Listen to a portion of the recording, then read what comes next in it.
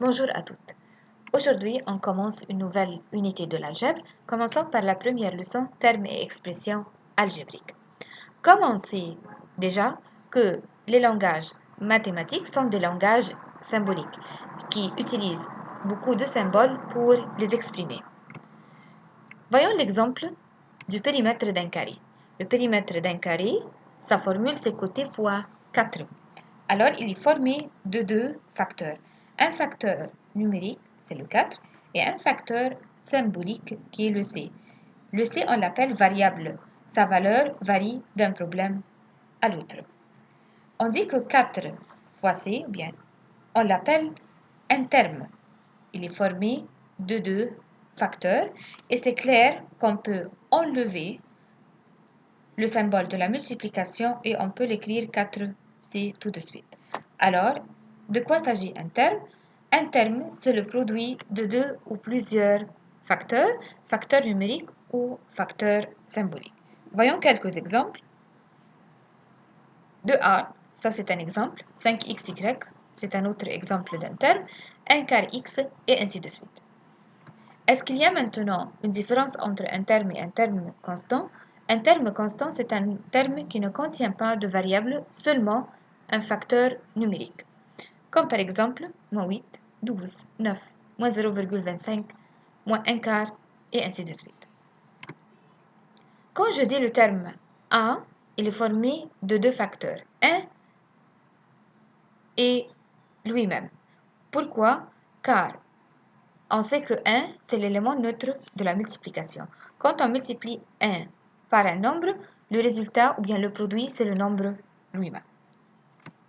5xy, ce terme-là est formé de trois facteurs, 5 facteurs numériques et x et y sont des facteurs symboliques.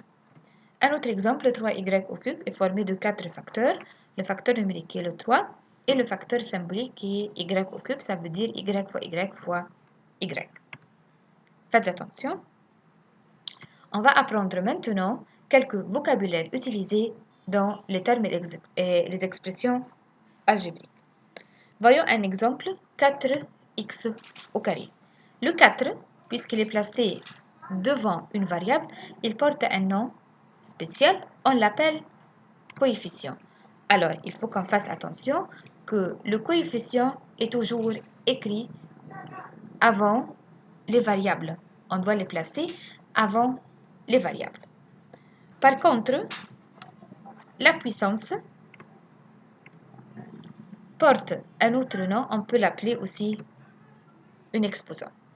La question maintenant, est-ce qu'il y a une différence entre un coefficient et un terme constant? Voici un exemple. 2x plus 3. 2x ici, puisque le 2 est placé avant la variable x, on l'appelle coefficient, tandis que 3, un seul facteur numérique, on l'appelle un terme constant.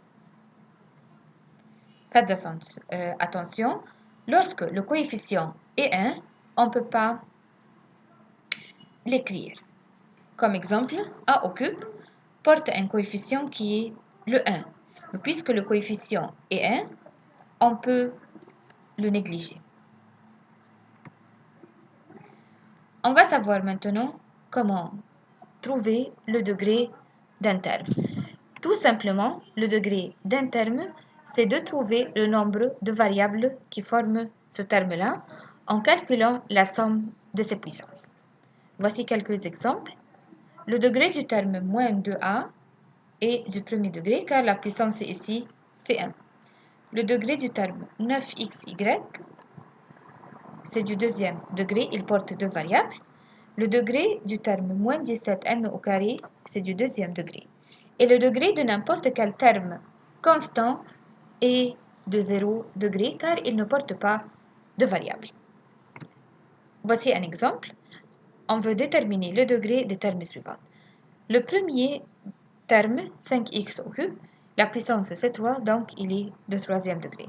Le second terme, 7x au cube y au carré, si on additionne les puissances, 3 plus 2, ça me donne 5. Donc c'est du cinquième degré. Et finalement, le terme 10a à la puissance 7, b au cube c au carré est de 12e degré.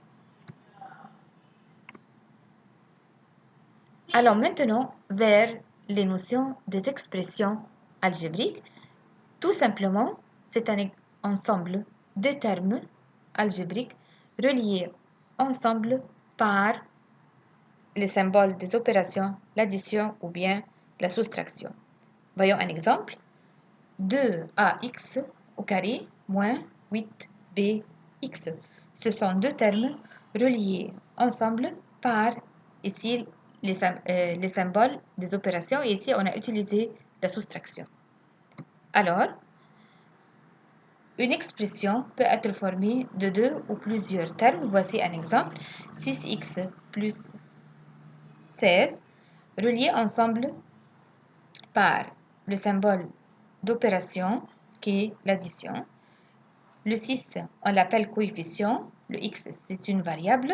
Le 16, on l'appelle un terme constant. Il y a plusieurs sortes d'expressions algébriques selon le nombre de termes qui les forment. Les monomes, ce sont des expressions qui contiennent un seul terme, comme par exemple 6xy au carré. Par contre, les binômes, ce sont des expressions formées de deux termes. Les trinômes, ce sont des expressions formées de trois termes. Et polynômes, expressions formées de plusieurs termes. Comment calculer le degré d'une expression algébrique?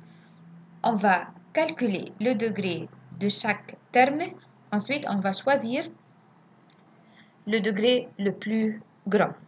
Exemple, 2x plus 3, cette expression-là est formée de deux termes et son degré est du premier degré. On calcule le degré de chaque terme toute seule et on choisit la plus grande puissance.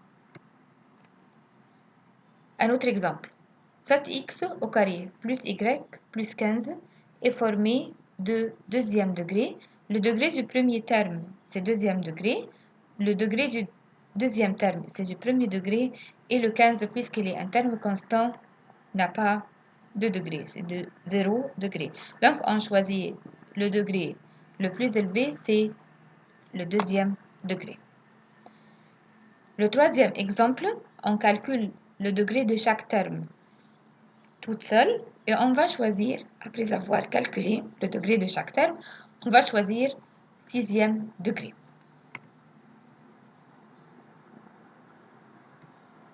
On arrive maintenant à la fin de la leçon. J'espère que vous avez bien compris.